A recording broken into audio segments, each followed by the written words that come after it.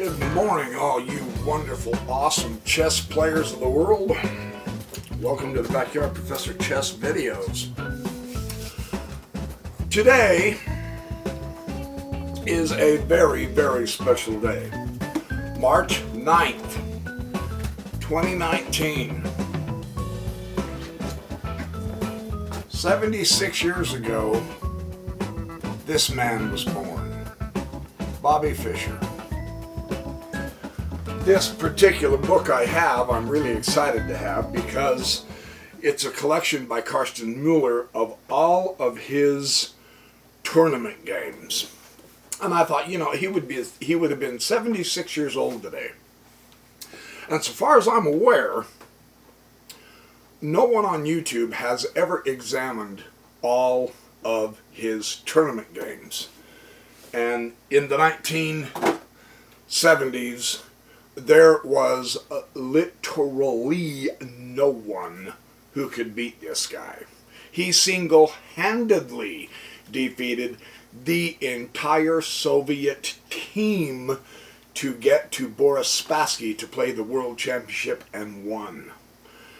So his games would be an exquisite addition to us understanding them. So I've decided what I'm going to do is I am going to make videos of every single tournament game Bobby Fischer played. 735 of them. I suspect this project will take me about 2 years to do. And I'm thinking, if we could learn the secrets of Bobby Fischer's chess game. He wanted to know the secrets of the chessboard. What if we could learn the secrets of his chess game? The secret, the power. Where did his greatness come from in chess? And I believe we could put his ideas into our own games. Otherwise, I wouldn't be making these videos. Something really significant has happened to me personally this last week, and I want to share it with you. Not by way of bragging, but by way of my hope has been dramatically improved because of an experience I've had this week. And for those of you who aren't aware, Joan, J-O-E-N-E, Joenie, I'm not sure how to pronounce his name. He's from the Netherlands, one of my wonderful viewers. He started the Backyard Professor fan club on Lichess. And you guys need to come and get in here. This club is so much fun. These guys are awesome. We have about 57 members right now. And we're all playing each other chess games. We're studying tactics together. We're exploring different areas of chess. Lichess has some phenomenal features that are very, very good on all kinds of strategies and tactics, different types of chess games. My personal favorite at this time is the correspondence chess game. I've been playing several of you with correspondence. The nice thing about correspondence is you can set the time limit yourself. If you want to do it one move per day, you can set it that way. If you want to do one move every 2 days, you can set it up that way, or 3 days, or 4 days, or 5 days. Whatever time you have to put into it.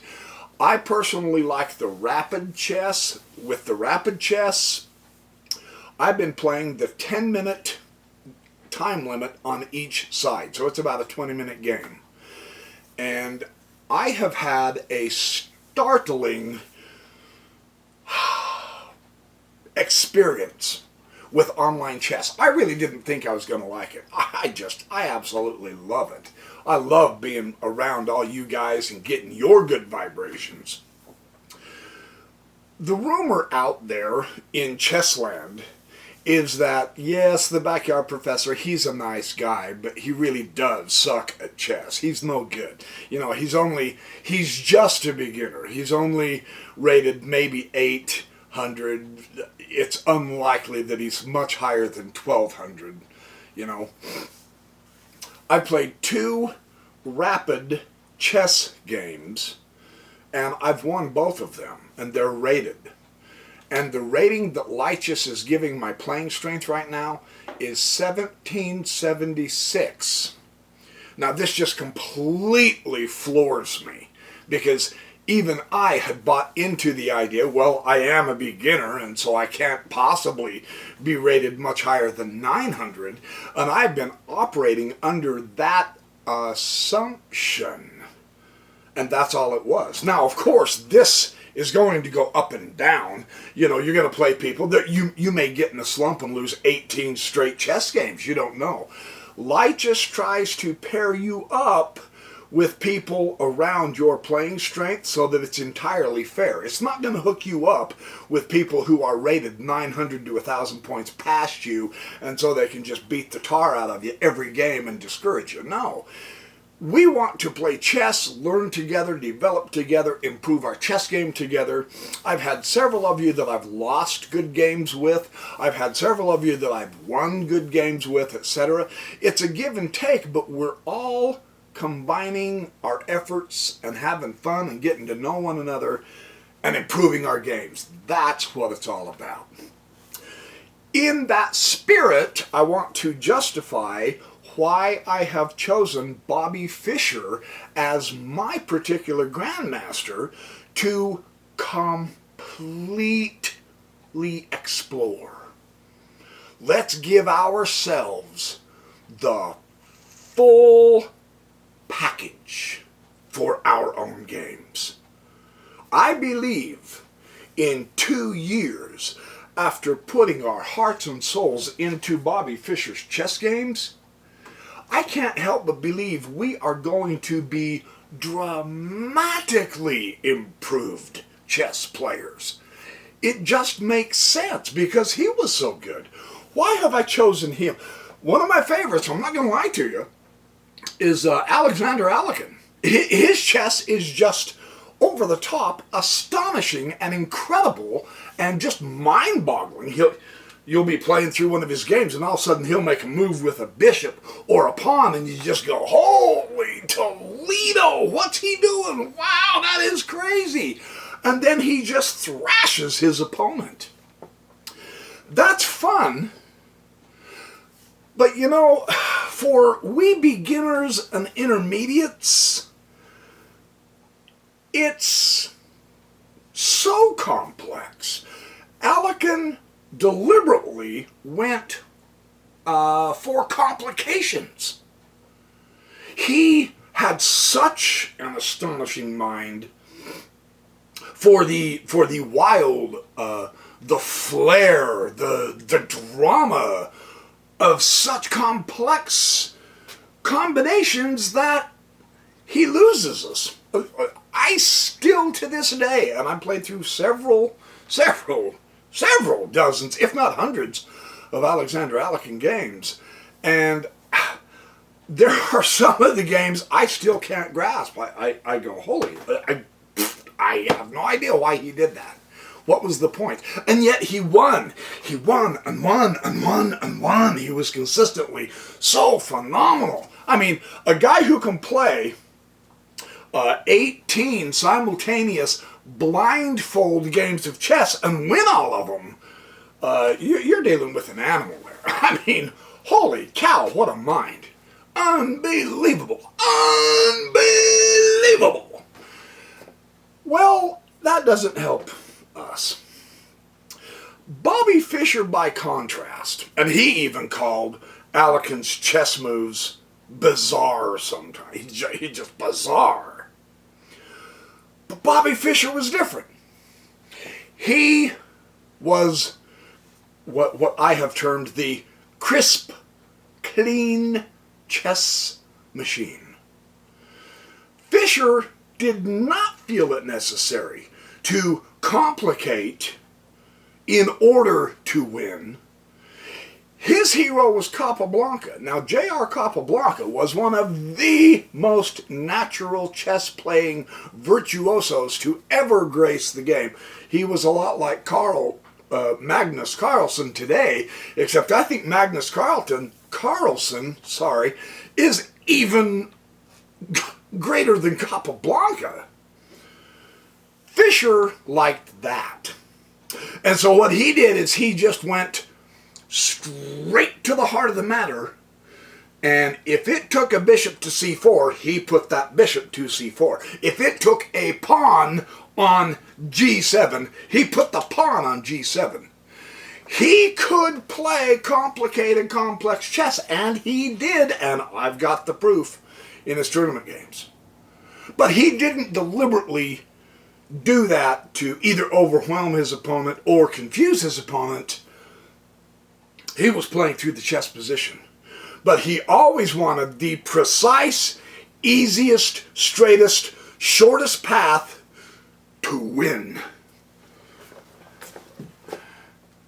And Fischer never played for a draw in his career, except in the beginning. And we understand why, and I'll show you those games too. But Fischer wanted to win, and he did everything to win. He would not just lackadaisically go for the draw. Not him. He played to win. As did Alekin. And so I choose Fischer to be the excellent grandmaster to emulate, to participate with, to learn from. Some of these videos, I'm going to tell you right now, I can see this coming, and so I'll advancedly warn you.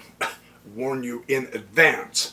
Boy, it's early morning right now. I mean, it's like 6 o'clock in the morning on Saturday, and I'm starting this series because I'm so excited about this new series of chess videos. Never been done on YouTube before. And it needs to be. We need to be aware of Bobby Fischer's chess games better. And we will be after I'm done in about 2 years. At least I'm hoping. From a beginner/intermediate player's point of view. That's what will make this series unique. Alekin wanted to win just as bad as Fischer did. So, getting that quality in us, I believe it would be helpful in order to get that quality in us is to learn, well, okay, but how did he play? How did he use his knights? How did he use his bishops? How did he use his pawns? How did he use his king in an endgame? How did Bobby Fischer use a bishop and a rook as opposed to a knight and a rook? Now, here's the other beautiful thing about going through every single one of Bobby Fischer's tournament games for YouTube. It'll be my small contribution to chess on YouTube, is to do this fantastic, all-encompassing look at the greatest Bobby Fischer. We are going to have now a knowledge of several different openings in detail. We are going to have a much better understanding and grasp of how to play our middle game because of how Fischer played his middle game. We are going to have several fabulous end game studies with Fischer, his tournament games, the top of the line, when he was at his best, as our instructor. How did he play this particular position in an endgame? What did he do to make his position better and stronger so that he could win? We're going to get the openings, the middle game, and the end games all at one time with Bobby Fischer's chess. So now I'm going to combine. There's going to be some videos where I combine more than one Bobby Fischer chess game in a video. So, I'm just saying up front, some of my videos may well be over an hour. I can foresee some of them will be an hour and a half, and that's okay, because this series, here's what I think is going to be most valuable. And again, I'm somewhat hedonistic because I want it for myself. I want to improve my chess, although I'm going to be quite frank with you. I am stunned that I'm rated at 1776 right now. I am thrilled out of my gourd. No, I'm not satisfied, but I am 500, 600, 700 points higher rated in my playing strength than I expected to be, which is wonderful. That means something is working, right? Yeah. From my perspective, looking at Fischer, I will discuss, as it shows in his chess games, the three pillars. The center and control of the center, rooks on open files, and the use of those open files as lanes to get to your king, your opponent's king, and target acquisition using targets as we improve our chess position. And I will discuss what is it about Bobby Fischer's chess position in whatever game I'm looking at that makes it a winning position. I will discuss why now did he push the rook instead of 2 moves ago. How did he prepare to attack the king? How did he coordinate his pieces? That's what I will explore. I want to know not only the why he did a certain thing, I want to know how. And I will explore variations. I have been criticized in the past, and I understand the criticism. I agree with it to some extent, no joke, that, well, I'm being too simplistic in my chess analysis. And then I'm being wrong, too, because I'm guiding you wrong, and therefore I'm going to ruin chess. I mean, you know, the powers they ascribe to me to ruin chess is utterly hilarious. Yeah, I'm going to destroy the game because of what I'm saying on YouTube, because as a beginner making my journey and videoing my journey, I'm giving you all kinds of wrong advice. We are talking hilarious, aren't we? Gosh, if I had that power, right? No, I do want to explore some of the variations. I will do some in-depth stuff. There is, let's face it, this is Bobby Fischer, and there are some phenomenal chess variations, possibilities, simply because of the way he played the game. Simply because of his great desire to know the truth about the chessboard. Well, my great desire is to know the truth about his chess. And I'm going to share that with all of you on YouTube, with the idea that if I can improve my chess, so can you. Now, I'll be honest with you. My playing strength in the last 4 months is far beyond what I was anticipating. I mean like 700 points beyond what I thought it was. If I can do that, then you can do that, right? We, together as a group, let's say the Backyard Professor fan club, why not, on Lychus. We, as a group, can climb this mountain of chess mastery together. And I'm going to use Bobby Fischer's chess games as that guide. So, thanks for listening to this obfuscatory discourse on Bobby Fischer, but my rationale for it is intended to give benefit to anyone wanting to improve their chess, because that's what I love to do, that's what I want to do, and I am so not kidding. It is working. Really. And I am thrilled to death. Well, I want to keep that momentum. Boom. You know, I've got a little bit of head of steam going on here, and I want to keep going forward and barreling forward. I cannot honestly think of a better grandmaster to actually systematically explore every single tournament game in all of the opening, middle game, and ending phases in order to propel us up this mountain of chess mastery. So grab a big bowl of popcorn. We have 735 chess games of the magnificent Bobby Fischer to learn from.